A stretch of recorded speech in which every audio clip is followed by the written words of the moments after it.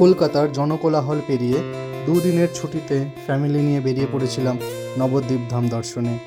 শিয়ালদা থেকে ট্রেনে কৃষ্ণনগর, সেখান থেকে অটোতে করে স্বরূপগঞ্জ ঘাট, এবং এই ঘাট পেরোলেই শ্রীধাম মায়াপুর, যেটি কিনা শ্রী চৈতন্যদেবের জন্মস্থান।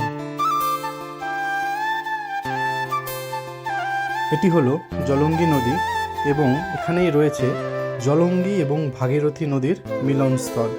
এই নদীর দুই পারে একদিকে মায়াপুর এবং অপর প্রান্তে নবদ্বীপ। বলতে বলতে আমরা পৌঁছে গিয়েছি মায়াপুর। নৌকো পেরিয়ে, হেঁটে বা টোটো করে খুব সহজেই পৌঁছে যাওয়া যায় ইস্কন মন্দির, যেটি হলো আমাদের এখনের গন্তব্য।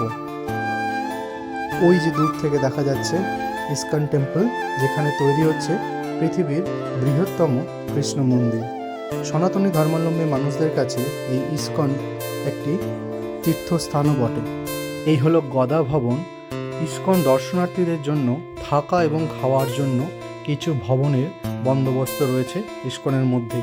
তার মধ্যে অন্যতম হলো গদা ভবন, নামহট্ট ভবন, গীতা ভবন। এখানে থাকা এবং ভোগ প্রসাদের ব্যবস্থা রয়েছে।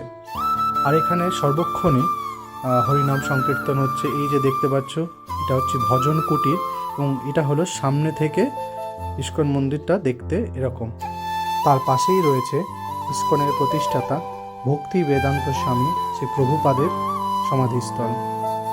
আমার এই ভ্রমণে সবথেকে মনে রাখার দিকটি হলো এখানকার সন্ধ্যা আরতি, যেটি এক স্বর্গীয় অনুভূতির সৃষ্টি করে, যেটি ছাড়া এই ট্রিপ অসম্পূর্ণ।